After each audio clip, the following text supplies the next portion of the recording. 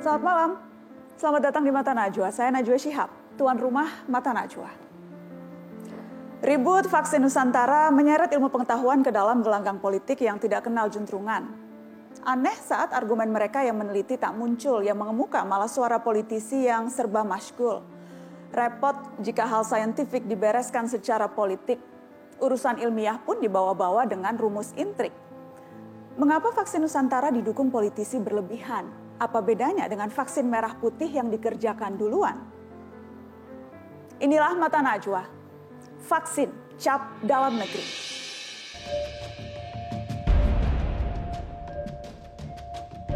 GMP-nya untuk produksi vaksin tersebut juga belum memenuhi, bahkan proof of concept-nya juga belum, imunogenisitasnya meningkatkan antibody juga belum meyakinkan. Vaksin kita ini jumlah vaksin kurang, jumlahnya terbatas, yang satu efikasinya rendah, yang satu keamanannya rendah. Nah, mumpung ada produk seperti ini, kita dukung.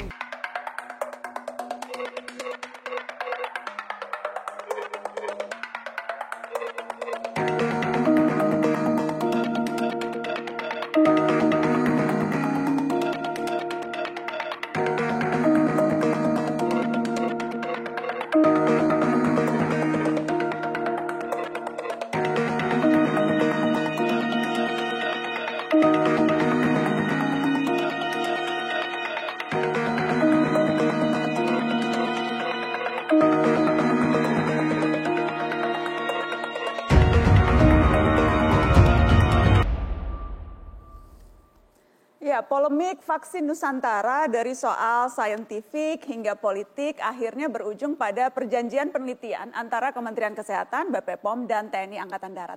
Bagaimana kelanjutan pengembangan vaksin yang dicap karya anak bangsa ini? Sudah hadir di Mata Najwa untuk membahasnya, saya perkenalkan Wakil Menteri Kesehatan Dr. Dante Saxono. Selamat malam Dr. Dante. Selamat sore, Mas. Terima kasih sudah hadir di Mata Najwa. Saya juga mengundang Ketua Umum PBID, Daeng M. Fakih. Selamat malam Dr. Daeng. Selamat salam, Mbak Najwa. Hadir juga Wakil Ketua Komisi 9 dari fraksi Golkar, Melki Lakaleka. Selamat malam Pak Melki. Selamat malam, Mbak Nana. Dan hadir juga jurnalis yang kebetulan pernah menjadi Menteri BUMN, Dahlan Iskan. Selamat malam Pak Dahlan. Selamat malam. Saya juga terhubung melalui sambungan video dengan Kepala Staf TNI Angkatan Darat, Jenderal TNI Andika Perkasa. Selamat malam Jenderal. Malam Mbak. Baik, terima kasih sudah bersedia bergabung di Mata Najwa, walaupun jarak jauh malam ini. Sebelumnya saya ingin ke Dr. Dante dulu, Wakil Menteri Kesehatan. Vaksin Nusantara jadi buah bibir belakangan ini. Kemarin atau 2 hari yang lalu ditandatangani MOU. Ya. Kementerian Anda, Kemenkes, BP POM, dan juga TNI. Persisnya jadi nasib vaksin Nusantara ini seperti apa sekarang? Jadi vaksin Nusantara ini adalah salah satu upaya penelitian yang dilakukan untuk menemukan bagaimana kita akan melakukan vaksinasi secara mandiri. Dengan adanya MOU itu, maka vaksin Nusantara ini didudukkan secara bersama antara Kementerian Kesehatan, kemudian BP POM, dan Kasat. Dengan begitu, maka vaksin Nusantara ini akan diawasi penelitiannya secara lebih cermat, sehingga akan memenuhi kaidah-kaidah penelitian yang objektif, kaidah-kaidah ilmiah yang objektif, sehingga dengan kaidah ilmiah objektif ini nanti pengawasannya akan lebih baik. Itu dilakukan karena memang ya menemukan sebelum ini proses-proses yang tadi objektif, penelitian yang standar ilmiahnya bisa ditentukan itu belum dipenuhi. Ini suatu pengakuan akan memang kesalahan yang dulu dilakukan? Ada beberapa mekanisme yang memang dilakukan untuk menentukan bahwa sebuah penelitian itu memenuhi kaidah-kaidah objektif, dan salah satunya adalah memenuhi kaidah fase-fase penelitian.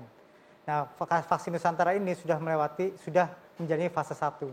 Untuk melanjut ke fase kedua, maka perlu dilakukan pembinaan dan pengawasan yang lebih optimal lagi.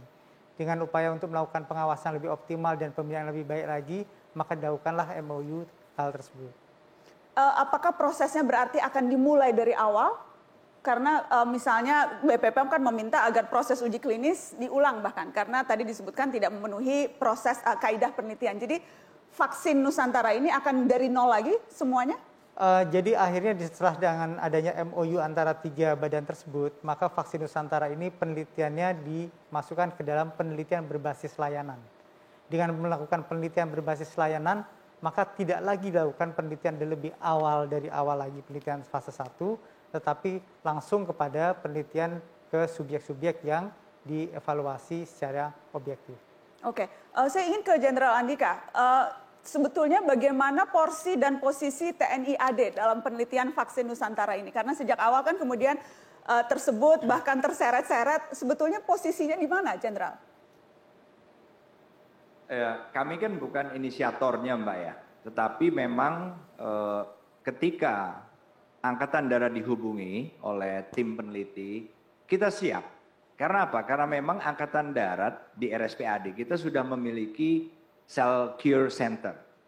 Nah, ini sejak tahun 2017 lalu dan ini juga sebuah pengadaan baru yang teknologinya menggunakan peralatannya juga dari Jerman. Nah, sehingga kalau dari segi fasilitas kami punya dan dari segi pengalaman pun kami punya karena memang di Cell Cure Center ini kami memberikan cell-based immunotherapy baik yang sifatnya activating maupun yang sifatnya suppressing. Dan sampai sekarang ini kurang lebih hampir 200-an kasus yang sudah ditangani di Cell Cure Center sini. Sehingga itulah peran kami. Kami punya fasilitas dan kami diminta, kami siap. Kenapa tidak mendukung sebuah penelitian untuk mendapatkan temuan baru. Jadi ini setelah MOU ini apakah kemudian program ini akan menjadi miliknya TNI AD? Bagi saya ini bukan hanya, kan ini penelitian Mbak ya, jadi ini masih jauh, kami hanya ingin membantu karena kami punya fasilitas tadi, nah sehingga kita mulai step by step deh. Tadi pagi tim peneliti sudah memaparkan rencana detailnya kepada Komite Etik RSPAD, dan besok itu dipaparkan ke saya. Tadi juga sudah mendapatkan baik masukan-masukan maupun penyempurnaan. Nah itu yang akan disempurnakan, besok dijelaskan ke saya dan itu juga akan kita komunikasikan dengan Kementerian Kesehatan sebagai supervisor dari penelitian ini.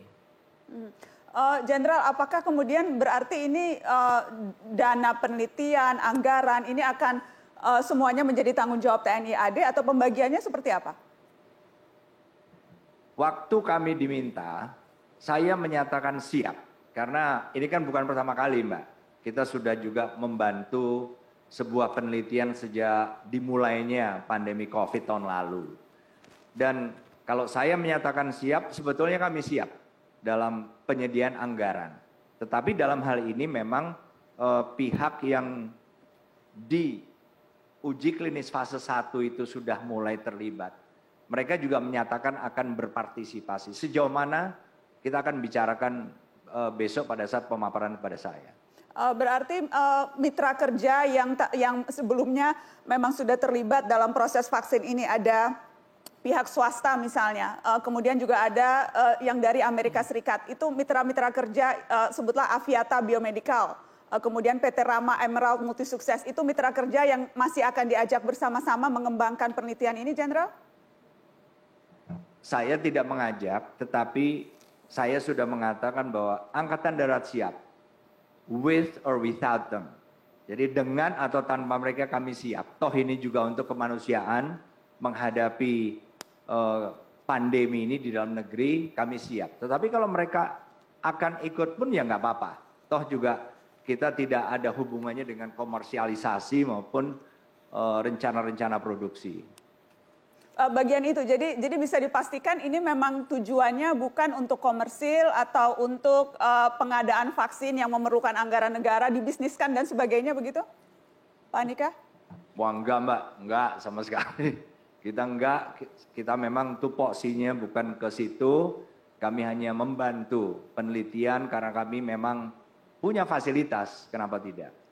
Baik, saya ke Pak Wamen dulu. Pak Wamen, tadi kita dengarkan porsi TNI AD akan seperti itu, kemudian yang jelas ada BP POM dan ada Kemenkes. Ini apakah artinya fungsi pengawasannya akan diambil alih Kemenkes sekarang sepenuhnya atau BP POM akan menjalankan peran apa nih di sini? Jadi Kemenkes nanti akan menjadi pengawas dan supervisor, terutama untuk komite etik. Komite etik ini akan melakukan pengawasan terhadap apa terjadinya semua proses-proses yang ada dalam penelitian tersebut. Dan pihak Kemenkes akan menjadi pengawas dari komite etik yang ada. Oke, baik. Kita harus break. Nanti setelah break kita akan lanjutkan lagi. Tetap di Mata Najwa, kami kembali sesaat lagi.